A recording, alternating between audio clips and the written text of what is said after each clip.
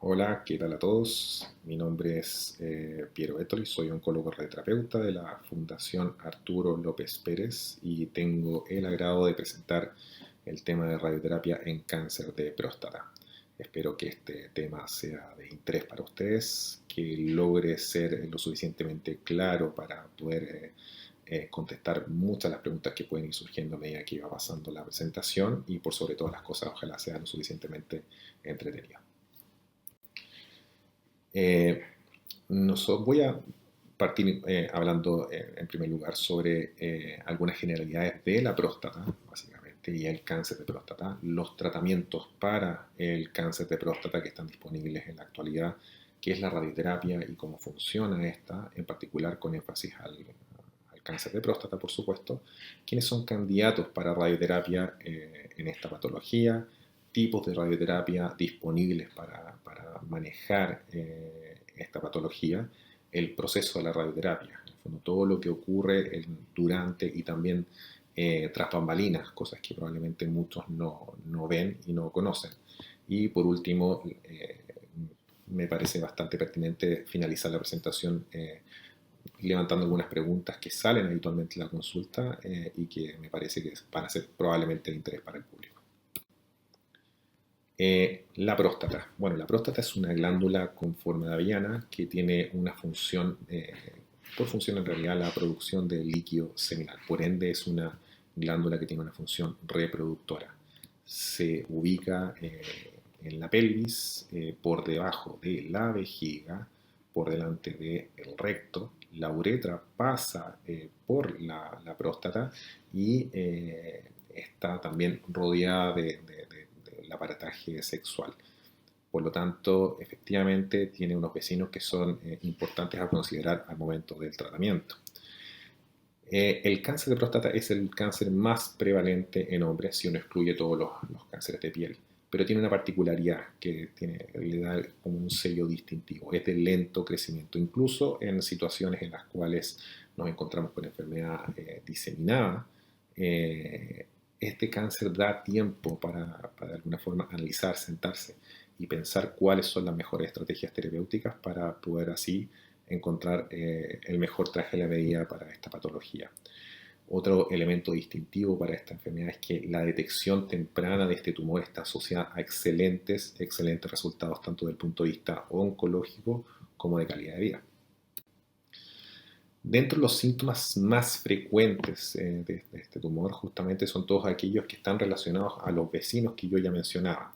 Muchos de ellos están asociados a síntomas urinarios como el aumento en la frecuencia urinaria, especialmente durante la noche, dificultad para iniciar o detener el chorro urinario, el chorro débil o interrumpido, el dolor al orinar y al eyacular, sangre en la orina o semen, disconfort pélvico o molestias inespecíficas en la zona de la pelvis, el dolor óseo. En el fondo, esto es una enfermedad que le gusta arrancarse y depositarse justamente en los huesos.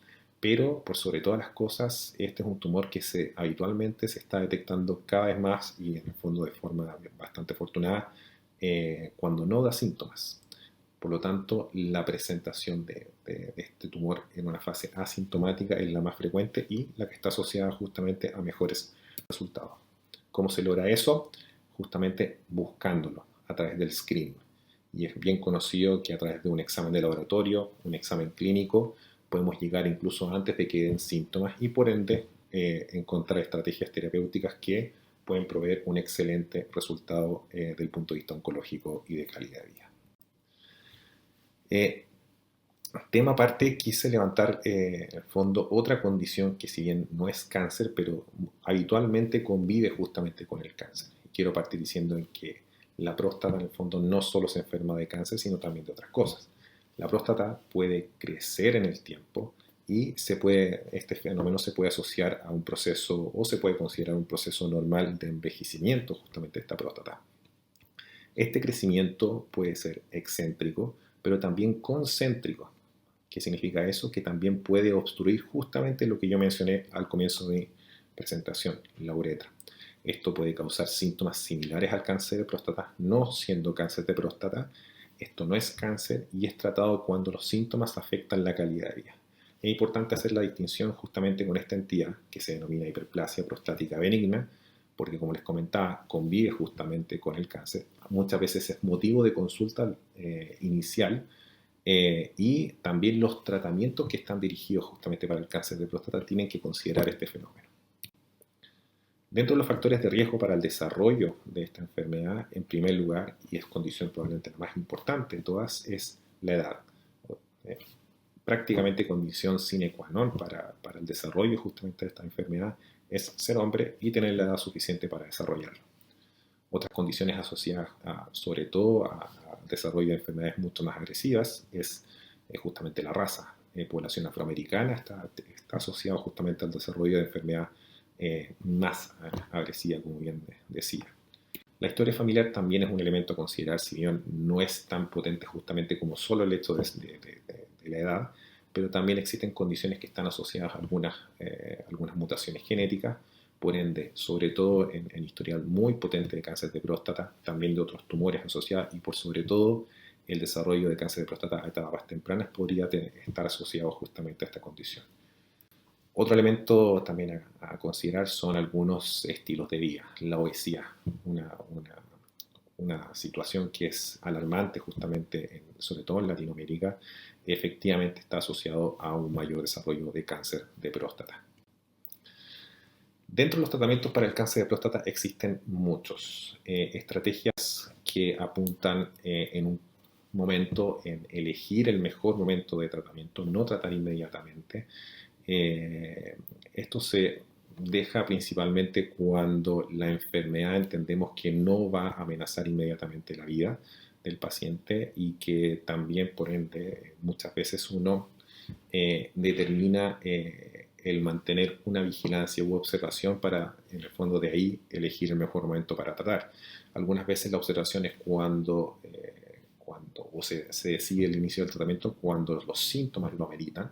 Sobre todo se deja esa estrategia para, en el fondo, situaciones un poco más avanzadas en edad.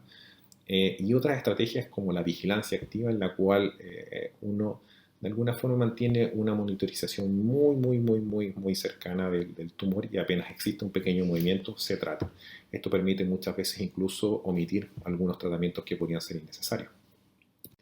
La cirugía, por supuesto, uno de los pilares para el tratamiento del cáncer de próstata, la radioterapia, el tópico que nos convoca hoy, hormonoterapia que probablemente algunos habrán escuchado, es una estrategia que se basa en bloquear la testosterona, en el fondo básicamente no permitir la circulación de la testosterona dentro del cuerpo, testosterona que como bien ustedes saben es la hormona masculina por excelencia, pero además es alimento para el cáncer de próstata. Por lo tanto, a través de una estrategia de supresión del suministro de alimentos, nosotros debilitamos y también destruimos la enfermedad.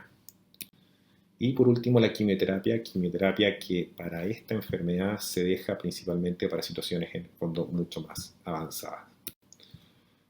Pero el tratamiento del cáncer de próstata es en el fondo un paquete de medidas que se aplican para toda la población de forma igual. No.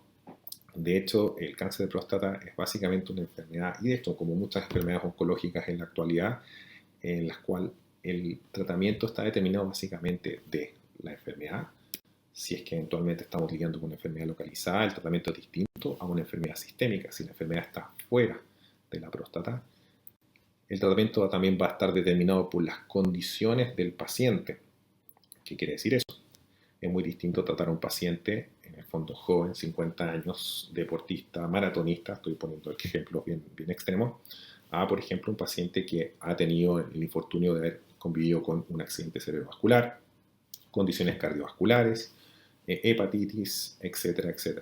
Esto no significa que los pacientes en el fondo con comorbilidades no pueden acceder a tratamiento, sino que más bien la herramienta de tratamiento puede ser un poco distinta. Y por último, en el fondo, también de las condiciones de los vecinos justamente de este cáncer de próstata. Volviendo a la primera diapositiva, yo les comentaba que la próstata está ubicada en la pelvis y tiene vecinos que son muy importantes para nuestro bienestar.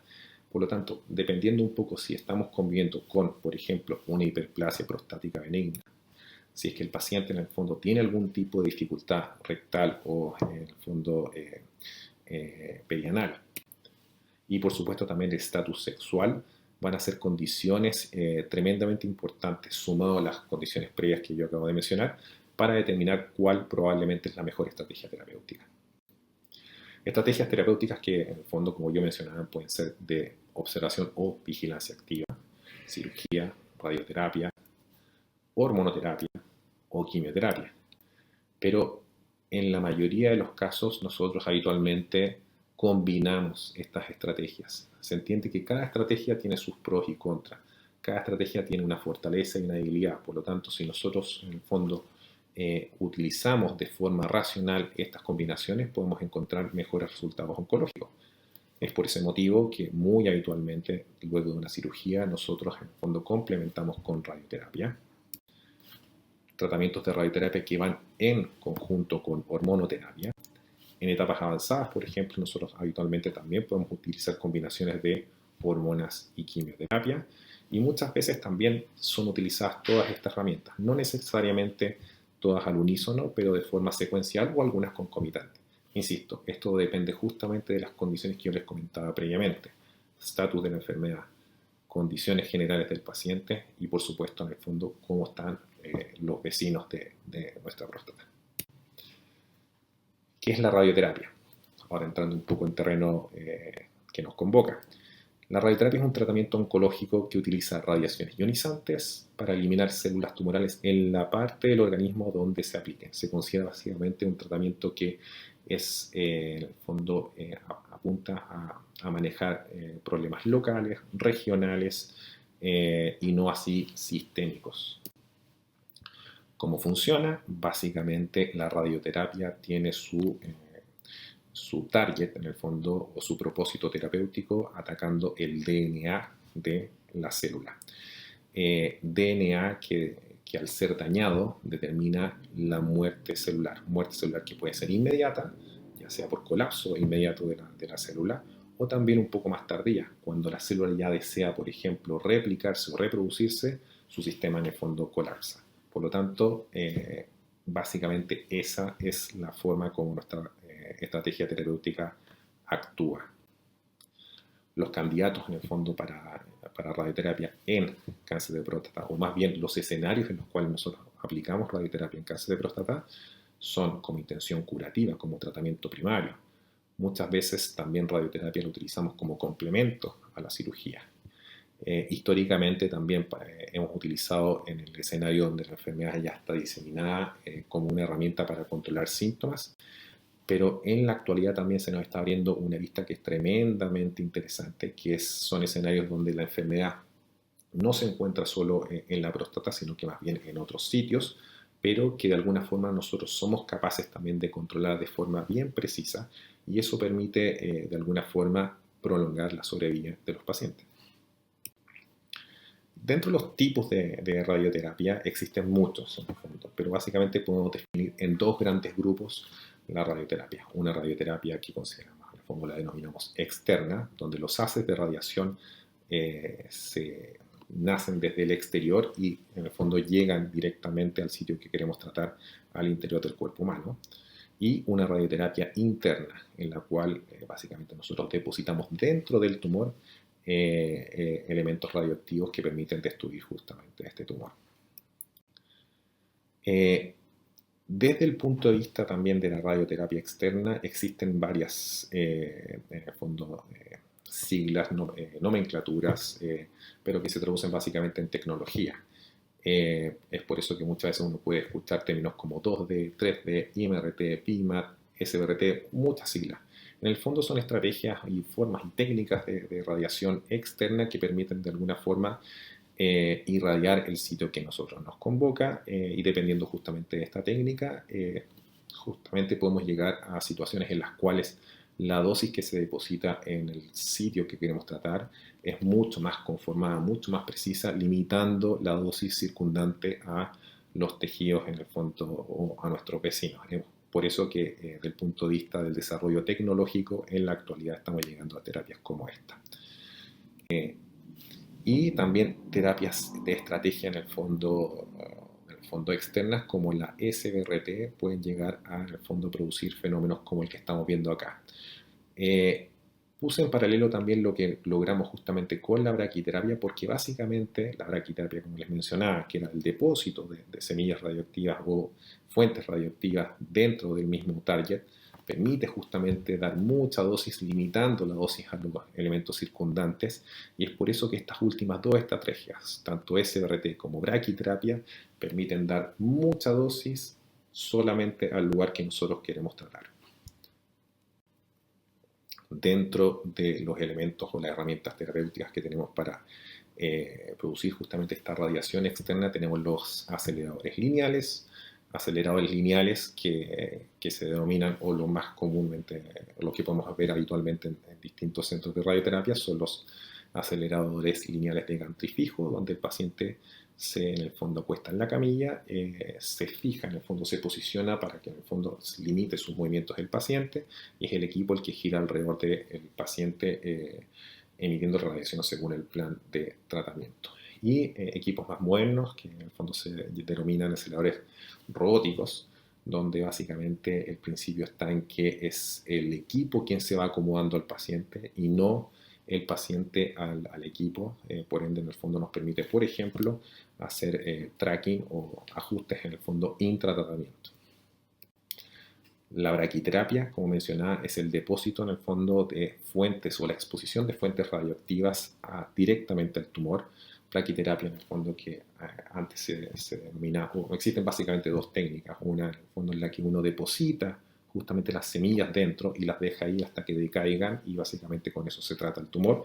Y técnicas más modernas en las cuales, a través de una fuente, en el fondo a través de un catéter, nosotros acercamos las semillas radioactivas, esto a través de un equipo en el fondo, el cual permite exponer justamente las fuentes, no dejarlas dentro de la próstata, sino más bien luego retirar todo.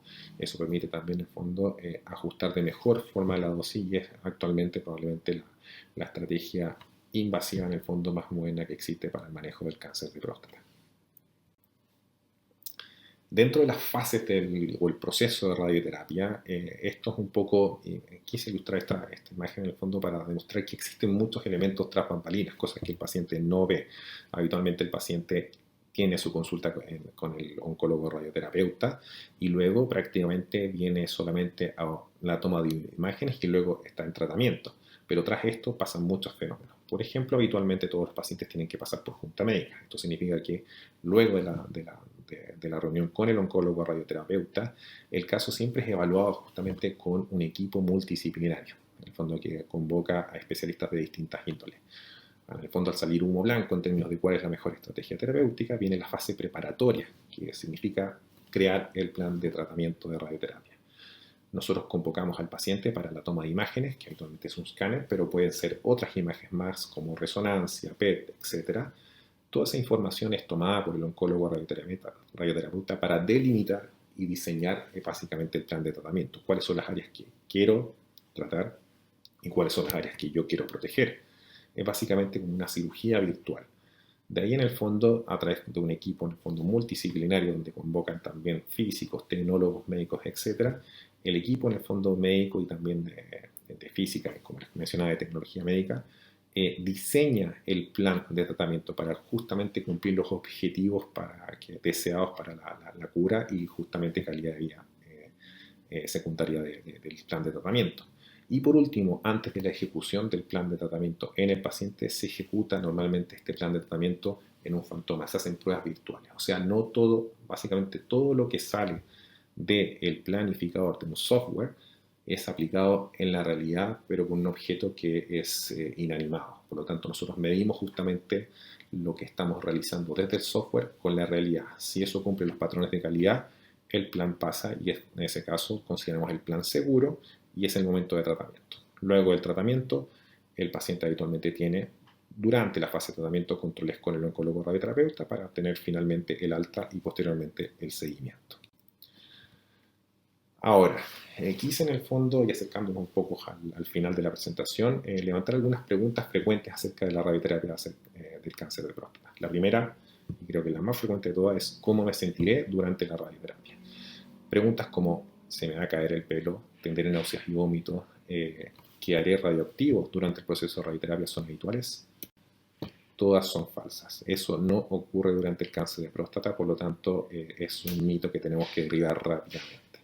Normalmente los pacientes que sienten, y habitualmente todos los síntomas están relacionados a los vecinos que tenemos, porque es una inflamación justamente temporal que ocurre en la próstata.